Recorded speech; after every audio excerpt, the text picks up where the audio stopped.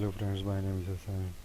जैसे कि हमने पिछले ट्यूटोरियल में फॉर लूप्स विद फंक्शन पढ़ा था, ठीक है ना। तो इस ट्यूटोरियल में हम पढ़ेंगे रॉ इनपुट। लेकिन आपके लिए एक खुशखबरी है कि रॉ इनपुट का जो फंक्शन है, आप जो खुशखबरी तस्वर करें या बुरी खबर, रॉ इनपुट का जो फंक्शन है था, ठीक है ना, वो पाइथन ने एलिमिनेट कर दिया। एलिमिनेट हो चुका है, ठीक है। अब ये पाइथन में काम नहीं करता है, ठीक है। आप नेट पर सर्च करते हैं, पाइथन के जो लेटेस्ट वर्जन आ रहे हैं उनमें ये नहीं है रॉ इनपुट।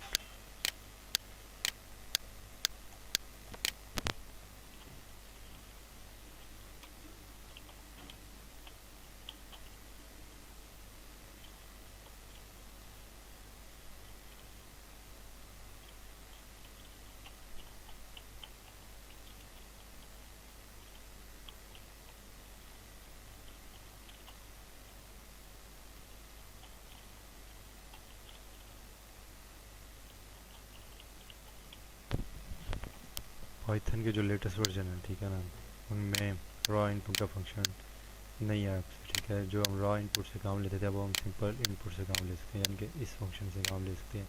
हमें रॉ की ज़रूरत नहीं है, ठीक है। तो जो पाइथन के जो पाइथन का थर्ड वर्जन आया था, यानी कि 3.1 और 3.2 3.3, ये उनमें काम नहीं करेगा रॉ इनपुट। जो पाइथन के 3 से नीचे वर्जन आया, 2.7 हो गया, 2.7 के वर्जन हो गई है, तो उनमें रॉ इनपुट काम करेगा। लेकिन पाइथन के थर्ड वर्जन, ये 3.3 और 3.5 3.4 जितने भी हैं, जैसे कि आपको नज़र आ रहा है हमारे पास 3.5 है, तो इसमें रॉ इनपुट काम नहीं करता। आपको मैं यहाँ पे चेक करवाता हूँ।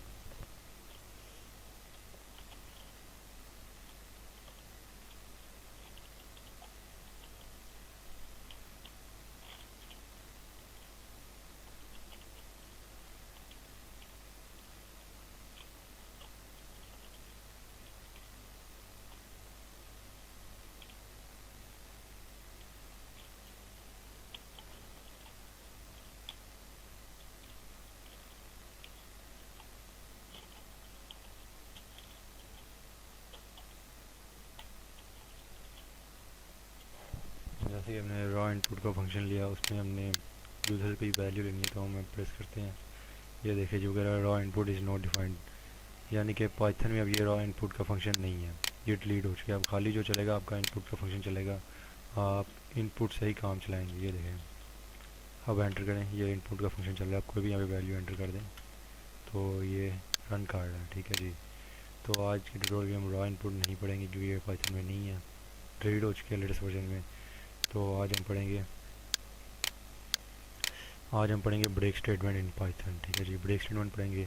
पिछले तमाम ट्यूटोरियल से हम इंट्रोडक्शन से यहाँ तक कर चुके हैं, for loop in Python with range function अब, ठीक है। आज हम ब्रेक स्टेटमेंट पढ़ेंगे।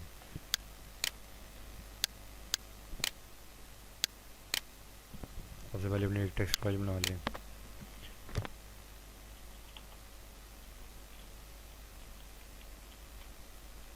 और अपनी फ़ाइल का नेम ब्रेक या कुछ भी रख ले, और जो उसकी एक्सटेंशन का नेम होगा वो अपने पी वाई रखना है, क्योंकि आपकी पाइथन का जो एक्सटेंशन नेम होता है वो पी वाई होता है, यानी कि फ़ाइल का नेम आप एंड पे जो रखेंगे वो पी वाई होगा।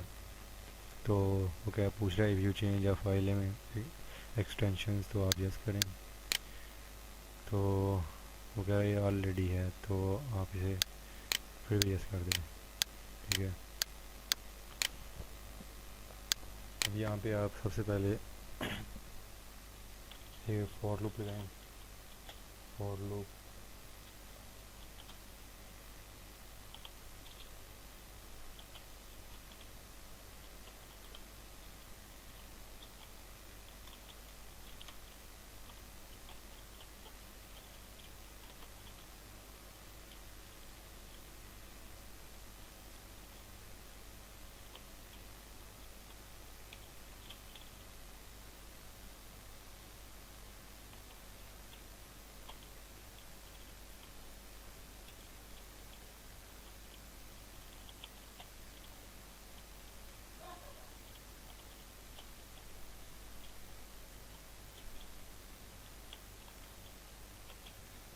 ये देखें जी, व्यूअर्स, हमने सबसे पहले एक आइट्रेशन के लिए कोई सा भी वेरिएबल ले लिया, यहाँ पे जो आइट्रेशन करवाएगा फॉर लूप है, ठीक है जी।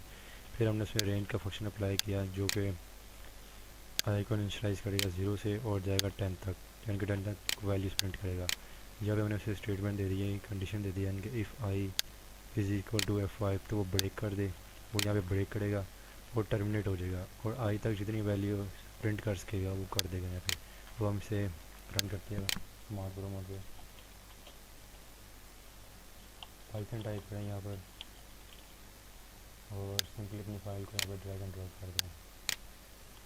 ठीक है जी, आप अगर हमारे पिछले ट्यूटोरियल में देख सकते हैं कि हमने पाइथन को कैसे कमांड प्रोमोट में इंस्टॉल किया था। अब एंटर करें यहाँ पे, वो कह रहा है जी इनवैलिड सिंटैक्स का एरर दिया है फॉर आई इन रेंज, यानी कि हमने यहाँ पे कॉलन नहीं लगाया, तो हम यहाँ पे कॉलन लगा लेते हैं फॉर लूप पे।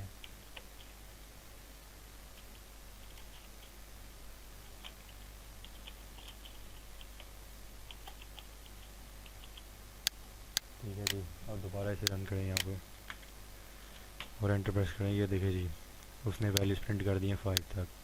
ठीक है, ये 1 2 3 4 1 2 3 4 5, ये 5 तक वैल्यू उसने प्रिंट कर दी, क्योंकि पहली वैल्यू हमारी 0 से इनिशियलाइज हुई है। हमेशा जो आइट्रेशन होगी वो 0 से ही इनिशियलाइज होगी पाइथन में। ठीक है, तो ये उसने वैल्यूज प्रिंट कर दी। अब इस फंक्शन में हुआ क्या, आखिर ब्रेक ने काम किस तरह किया, ये मैं आपको बताता हूँ। सबसे पहले वो फॉर लूप में देखिए आपने आइट्रेशन के लिए कोई वेरिएबल डिक्लेयर किया और वो इनिशियलाइज हुआ 0 से और वो जाएगा 10 तक, उसने 10 तक वैल्यू प्रिंट करनी थी। अब आपने फॉर लूप के अंदर ही आपने इफ़ कंडीशन लगा दी और आपने उसमें कहा कि I if I is equal to have 5, अगर आई इक्वल आ जाता है 5 के तो ब्रेक कर दे। अब वो जो स्टेटमेंट को ब्रेक करेगा तो वो प्रोग्राम को पूरे कोड को टर्मिनेट कर देगा। अब उससे पहले आप जाएगा इधर, आइट्रेशन कैसे होगी, वो आएगा इधर 0 पे, आई गया 0 पे, तो वो नीचे आया, नीचे आके उसने देखा if I is equal to 5 नहीं है, तो वो इधर आया, उसने प्रिंट कर दिया 0। फिर वो ऊपर गया, फिर उसने देखा 1 पिक किया, उसने देखा 1 इक्वल है 5 के नहीं है, तो उसने प्रिंट कर दिया 1 दूसरी लाइन में। ये आइट्रेशन लाइन बाय लाइन हो गई। ठीक है, तो फिर वो दोबारा इसी तरह 2 पे आया, 2 को देखा 2 भी इक्वल नहीं है, उसने प्रिंट कर दिया 2। फिर 3 पर आया, 3 को देखा 3 भी इक्वल नहीं है, फिर 3 को प्रिंट कर दिया। फिर 4 को देखा 4 भी नहीं है, 4 को प्रिंट कर दिया। अब उसको आया 5 पे, यानी कि अब वो गया यहाँ पे वापस यहाँ पर आया इस आई पे, और जब उसकी वैल्यू हुई 5 तो वो इस आई पर आ गया नीचे रेंज में आया, तो उसने देखा आई इक्वल है 5 के यू, अब इस हमारे आई में पड़ा 5। ठीक है, उसने देखा आई इक्वल है 5 के, तो उसने ब्रेक कर दिया, यानी कि पूरे कोड को इसने ब्रेक कर दिया।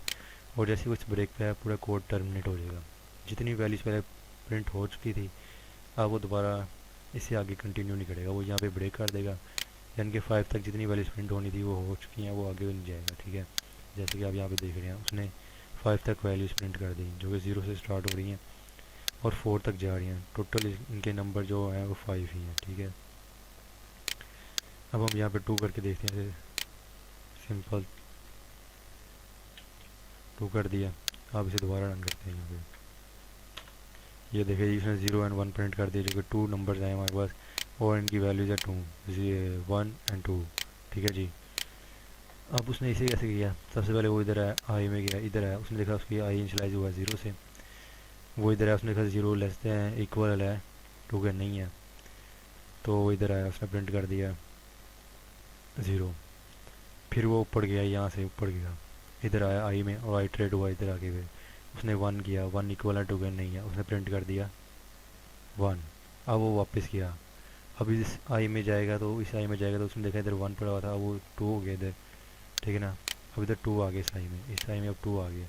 अब ये नीचे गया इफ़ कंडीशन में, उसने देखा इधर 2 इक्वल है 2 के, उसने यहाँ पे आगे ब्रेक कर दिया फिर, और पूरे कोड को उसने टर्मिनेट कर दिया, ब्रेक करके उसने कोड को टर्मिनेट कर दिया, यानी कि जो पहले वैल्यूज प्रिंट हो चुकी थी अब वो इससे आगे नहीं जाएगा, कंटिन्यूस नहीं रहेगा, उसने 2 पे आगे ब्रेक कर दिया वैल्यूज़ को। ठीक है, अब वो ये ऊपर नहीं जाएगा, दोबारा आइट्रेट नहीं करेगा, यहाँ पे नहीं जाएगा कि आई को चेक नहीं करेगा, वो नीचे आएगा इधर प्रोग्राम के एंड पे, मेन में आएगा और इसे एग्जीक्यूट कर देगा। ठीक है, तो ये तो होगी हमारी ब्रेक स्टेटमेंट।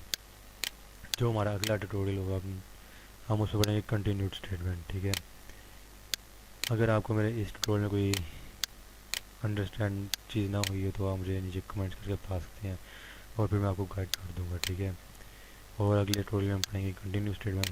तब तक के लिए मुझे इजाज़त दीजिए। खुदा हाफिज़।